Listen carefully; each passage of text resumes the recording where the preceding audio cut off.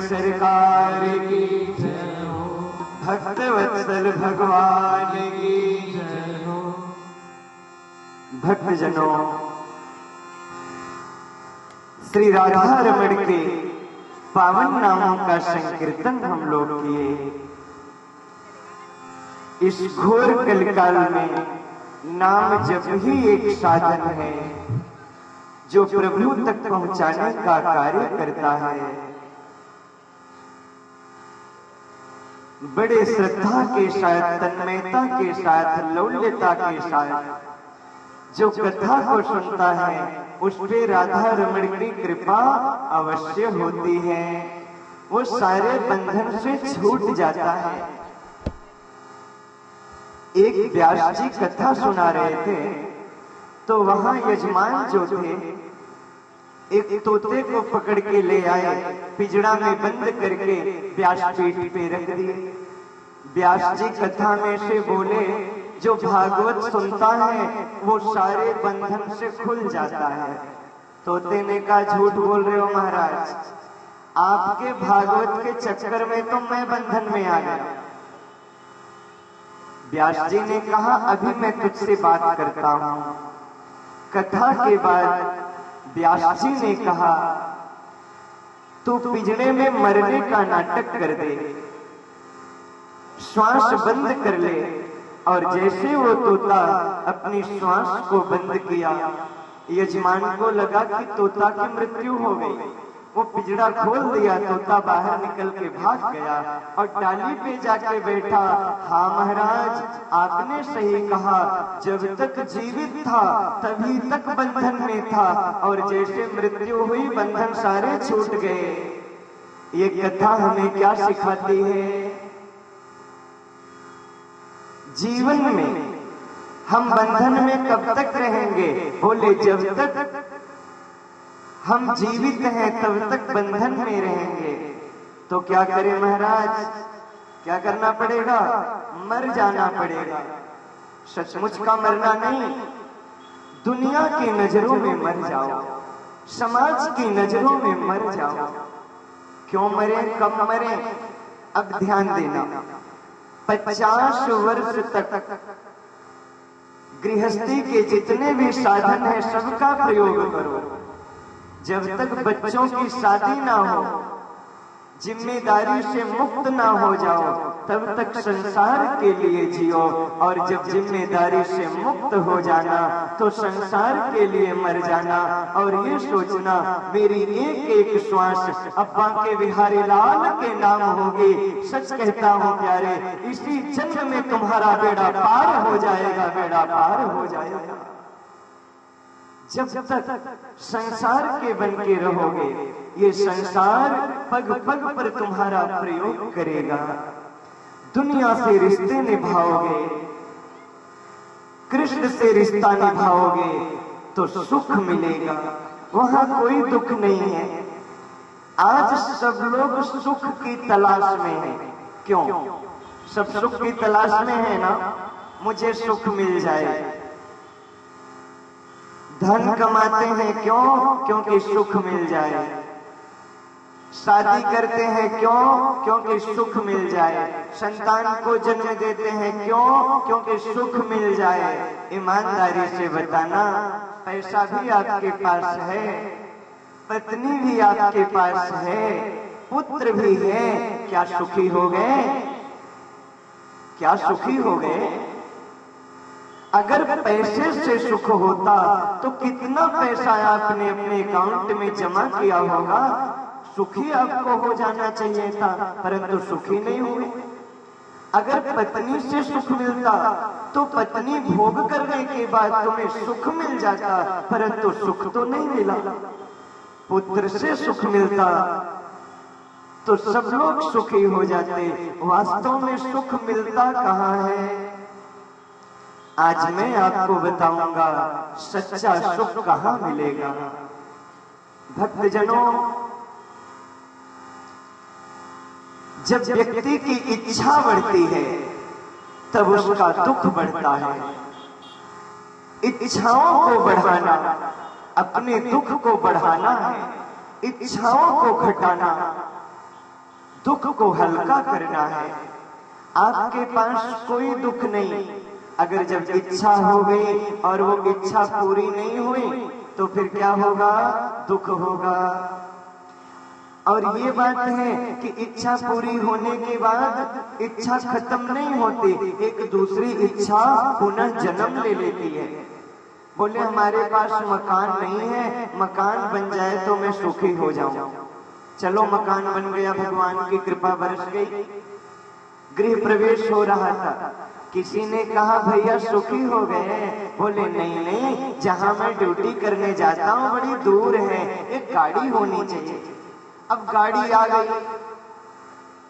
तो गाड़ी को खड़ी करने की टेंशन। यहाँ बैठे हैं, गाड़ी खड़ी हुई, कोई शीशा पे ना कुछ फेंक दे। तमाम इच्छाएं, और यही इच्छा हमें दुखी करती है। ध्यान देना, अगर जरूरत व्यक्ति पूरी करे तो वो सुखी हो सकता है, क्योंकि जरूरत तो इंसान की पूरी हो जाती है। जरूरत तो अल्टो गाड़ी में भी पूरी हो जाएगी, लेकिन BMW का जब शौक है तो इच्छा को बढ़ाओगे तो भैया परेशान रहोगे। 100-200 रुपए की साड़ी में भी तो जरूरत पूरी हो जाएगी ना मैया जी, परंतु अब 5,000-10,000 की साड़ी पहनोगे तो इच्छा को बढ़ाना ही तो दुख का कारण है। हल्के मोबाइल से भी काम चल जाएगा, लेकिन बढ़िया वाला सेट चाहिए। तो जितनी इच्छा बढ़ेगी हम उतने दुखी हो जाएंगे। और सबसे बड़ी बात, ये इच्छा कभी किसी की पूरी नहीं हुई तो हमारी कैसे होगी, आपकी कैसे होगी?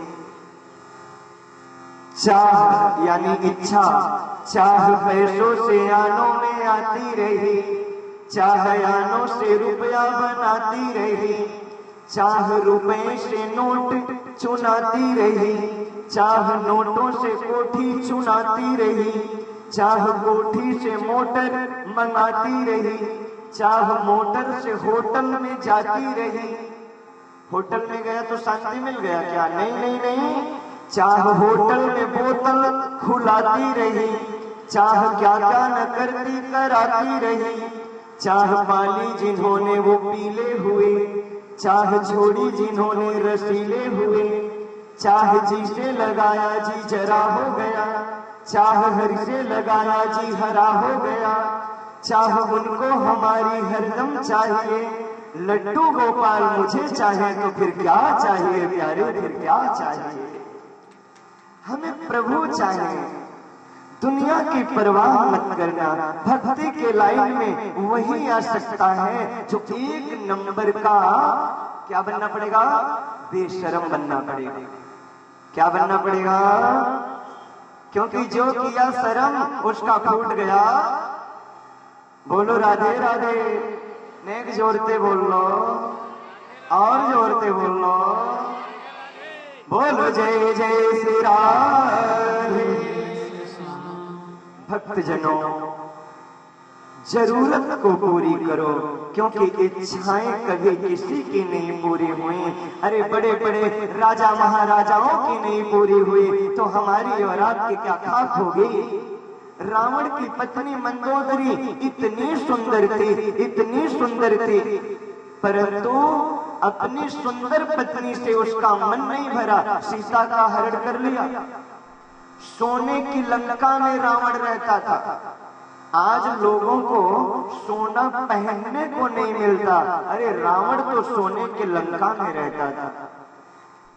सब कुछ मिल गया, इसके बावजूद भी मन नहीं भरा, स्वर्ग पर भी अपना आधिपत्य कर लिया, इसके बाद भी मन नहीं भरा, सबको सताने लगा, सबको तड़पाने लगा। हे श्रोता भगवान, जब रावण जैसे धनवान का पेट नहीं भरा, इच्छा नहीं भरी, तो आज लोगों की कैसे भरेगी? मेरा निवेदन, इच्छा उतनी ही रखो जितनी पूरी हो पाए। जो पूरी ना हो पाए उस इच्छा को करने से क्या लाभ है? जरूरत को पूरी करो। श्रोताओं, जीवन को दो तरीके से जिया जा सकता है। आज व्यक्ति चिंतित है, उदास है, उसके जीवन में दुख है। क्यों? क्योंकि वो जीवन जीने का ढंग भूल गया। अगर सुखी होना चाहते हो तो जीवन को दो तरीके से जीना शुरू करो। पहले नंबर पे या तो जीवन को तपस्या बना करके जी लो, या जीवन को तमाशा बना करके जी लो। तपस्या का मतलब क्या है? तपस्या का मतलब बड़ा स्पष्ट है। हिमालय की कंदराओं में जाकर बैठ जाना, आंख बंद करके बैठ जाना, माला झोली में हाथ डालकर बैठ जाओ, ये तपस्या नहीं है। हिमालय से शीतलता हमारे अंदर आ जाए। हम किसी के वचनों को सुनते हैं, आवेश में आ जाते हैं, क्रोधपूर्ण वचन बोलने के लिए विवश हो जाते हैं। ये जीवन को तमाशा बनाना है। जीवन को तमाशा नहीं, जीवन को तपस्या बनाइए। कई लोग कहते हैं महाराज, कथा सुनने से होता क्या है? कैसे परिवर्तन होगा कथा सुनने से? तो मैं आपको प्रैक्टिकली उदाहरण देकर समझा रहा हूं, ध्यान से समझना। आप अपने घर से निकले, बड़े शांत चित्त थे, स्थिर आपका मन था, अचानक आपको किसी ने गाली दे दी। क्या दे दी? गाली दे दी। अब गाली सुनने मात्र से आपको क्रोध आया कि नहीं? गुस्सा आया कि नहीं? आपके अंदर बदलाव हुआ कि नहीं? मुंह से वो शब्द निकला, पर वो शब्द गाली है, और वो गाली शब्द भी कान से प्रवेश करती है, मुंह से निकलती है, और ये कथा भी मुंह से निकलती है, कान से प्रवेश करती है। गाली मन को अशांत कर देती है, और कथा अशांत मन को भी शांत कर देती है। प्यारे, शांत कर देती है। ये कथा का प्रभाव है। ये कथा इतनी प्रभावशाली है। कथा जीवन की व्यथा को दूर करेगी। कई लोग कहते हैं महाराज, जब से मैंने कथा सुनी मैं डिप्रेशन में जाने वाला था, बच गया। मैंने कथा सुनी, मैं मरणासन से उठ के खड़ा हो गया। भक्तजनों, ऐसी कई चर्चाएं होती हैं। क्यों? क्योंकि जो मन से सुनता है, हृदय से सुनता है, उसके जीवन में कृपा अवश्य होती है। और जो सिर्फ मनोरंजन पाना चाहेंगे, माफ करना, उनके लिए मेरे पास कुछ है नहीं। यहाँ मनोरंजन का कोई साधन नहीं। कथा में शरीर नाचे ना नाचे कोई बात नहीं, परंतु गोविंद के प्यार में तुम्हारी आत्मा नाच जानी चाहिए। प्यारे, आत्मा नाच जानी चाहिए। शरीर को नचाने का तो बड़ा माध्यम है, परंतु आत्मा को नचाने का माध्यम तो सिर्फ कथा है। और ये कथा कौन सुन सकता है? बोले जी, पानी कौन पीता है? जिसे प्यास हो। अगर प्यास ही नहीं है तो पानी ले जाके दे दो, कहेंगे कहाँ का है? आरओ का है, मिनरल वाटर है, कहाँ से लाए हो? इतने प्रश्न क्यों हो रहे हैं? क्यों? क्योंकि बाबूजी को प्यास नहीं है। अगर प्यास होती ना तो कहीं का पानी मिलता, तालाब का पानी भी मिलता तो पी जाते। ठीक उसी तरह जिसे कथा की प्यास है वो कहीं भी रहेगा। एक नशा से कम नहीं है भक्तजनों, एक नशा है। और ये नशा जिसे लग जाए उसका जीवन सफल हो जाता है। आप सभी लोग अपने घर में पूजा पाठ करते हैं। अगर कभी किसी दिन पूजा ना हो पाए तो कैसा लगता है? ईमानदारी से बताना, कैसा लगता है? ऐसा लगता है जैसे कुछ हमारा अमूल्य चीज खो गया, ऐसा लगता है ना? ये क्यों लगता है? क्योंकि एक नशा है ये। जैसे किसी को भैया मदिरा पीने की आदत हो गई, अब जैसे शाम ढली तो चाहिए ही चाहिए, चाहे गहना बिके चाहे कुछ बिक जाए परंतु चाहिए ही चाहिए। श्रोताओं, जैसे एक मदिरा पीने वालों की मदिरा की चाहत होती है, वो सब कुछ करने के लिए तैयार हो जाता है। क्यों? मात्र 2 घूंट बोतल पीने के लिए। ठीक उसी तरह जो भक्त होते हैं, जो भगवान से दिली प्रेम करते हैं, उन्हें जहाँ भगवान का नाम सुनाई देता है, धावंती रसलम पटाहा, वो दौड़ते हुए आ जाते हैं। ये भगवान के भक्तों की अद्भुत महिमा है। एक नशा है और जो सुना उसे मिला। कल आपने भागवत में कथा सुनी, कल हम लोगों ने कथा में क्या सुना था मैया जी? कल क्या सुने थे हम लोग यजमान जी? जी जी जी। और आप लोग बताइए कल, अच्छा ये बताइए कल कथा में कितने लोग आए थे? वो हाथ में जल रहा हो, जो काम की अग्नि में भस्मीभूत हो गया हो, और यही नहीं अगर मरने के बाद वो प्रेत पिशाच चंडाल भी बन जाए तो भागवत कहती है मैं उसका भी बेड़ा पार कर देती हूँ। धन्य भागवती वार्ता प्रेत पीड़ा विनाशिनी। धन्य है भागवत कथा जो प्रेत के पीड़ा का भी विनाश करती है। हे श्रोता, भगवान धुंधकारी जैसा पापी जब भागवत की कथा सुनने से तर सकता है तो क्या हम लोग सुनेंगे तो हम लोग नहीं तरेंगे? एक एक प्रसंग को अपने जीवन से जोड़ना। मुझे लगता है जितना बड़ा पापी धुंधकारी था उतना बड़ा पापी यहाँ कोई नहीं बैठा होगा। वो उच्च लेवल का पापी था, परंतु भागवत सुनने मात्र से उसका भी कल्याण हो गया, तो हम लोगों का भी कल्याण होगा। परंतु जितने प्रेम से, जितने मन से धुंधकारी ने सुना, उतने मन से हमें भी सुनना पड़ेगा। श्रोता का मतलब क्या है? स्रोत शब्द से श्रोता शब्द का निर्माण हुआ है। स्रोत यानी धारा। एक किसान था, उसके खेत में सूखा पड़ गया, बेचारा बड़ा परेशान। फसल नहीं होगी तो बच्चे क्या खाएंगे? अचानक उसके मन में एक उपाय सूझा। उसके खेत के पास से एक नहर बह रही थी। वो फावड़ा लेकर गया और नहर से एक नाली खोद दिया। नाली का जल, नहर का जल उसके खेत में आ गया, सूखापन समाप्त हो गया, बीज डाल दिया, फसल उग गया। वो किसान कौन है और वो खेत क्या है? हम मानव, हम जीव वो किसान हैं। हमारे पास भी मन रूपी खेत है।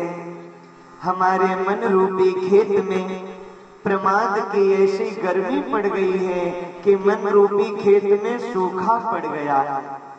परंतु कोई बात नहीं है घबराने की। आप चिंता भी मत करना कि सूखापन दूर कैसे हो। सूखापन दूर करने का एक उपाय लेकर के हम आए हैं। आपके निकट स्थित केसीलाल में आयोजक गिरधारी लाल जी के द्वारा सप्ताह दिवस के भागवत की मंगलमयी नदी प्रवाहित हो रही है। एक काम करना, श्रद्धा रूपी फावड़े को ले आकर के अपने मन रूपी खेत को खोद खोद कर इतना उपजाऊ बना लेना, इसमें भी कृष्ण प्रेम के कुसुम खिल सके, फूल खिल सके। ये सच्चे श्रोता का लक्षण है। श्रोताओं के भी 3 प्रकार होते हैं। एक होते हैं श्रोता। क्या होते हैं? श्रोता। एक होते हैं सरोता, तीसरे होते हैं श्रोता। ये जो पहले नंबर वाले होते हैं ना श्रोता, ये बेचारे जहां रहते हैं बड़ी शांति रहती है। एक मैया मुझसे कथा में कही, महाराज आप कथा सुनाओ, मुझे बड़ी अच्छी लगी। मैंने कहा मैया मैं तो कछु ना जानो, पर जे बता तुझे क्या अच्छा लग गया? मैया बोली महाराज पिछले 3 साल से मैं इलाज करा रही हूँ, मुझे नींद नहीं आती, पर आप कथा शुरू करते हो इतनी चोखी नींद आती है। आरती में जब शंख बजाते हो तभी जाके खुलती है महाराज। बोलो राधे राधे। तो ये है श्रोता। और जो श्रोता होते हैं वो कथा तो कम सुनते हैं, कथा में आकर के इधर उधर की बातें ज्यादा करते हैं। अब आप डिसाइड कर लो कि आप हो गया। लेकिन मुझे लगता है यहाँ ना कोई श्रोता बैठा है ना कोई श्रोता बैठा है, यहाँ तो बस प्यारे सच्चा श्रोता बैठा है, श्रोता बैठा है। और ऐसे श्रोताओं को गोविंद की कथा का अधिकार प्राप्त है। जिसके हृदय में काम होता है उसे भागवत का अधिकार नहीं है। जिसके हृदय में राम होते हैं वास्तव में वही कथा का अधिकारी होता है। भक्तजनों, स्थिर जल में जब हम अपने चेहरे को देखते हैं तो वो स्थिर जल दर्पण का काम करता है। ठीक उसी तरह जब ये मन स्थिर हो जाए, मन इधर उधर भटके मत, मन बस एक राधा रमण को चाहे, लड्डू गोपाल को चाहे, तो समझ लेना मन स्थिर बन गया। सुई में धागा डालना है, अब सुई हिल डुल रही है तो क्या धागा पड़ेगा? सुई में धागा डालने के लिए सुई को स्थिर करना पड़ेगा। ठीक उसी तरह मन में गोविंद की कथा को बैठाने के लिए मन को भी स्थिर करना पड़ेगा। धुंधकारी का कल्याण हुआ तो हमारा भी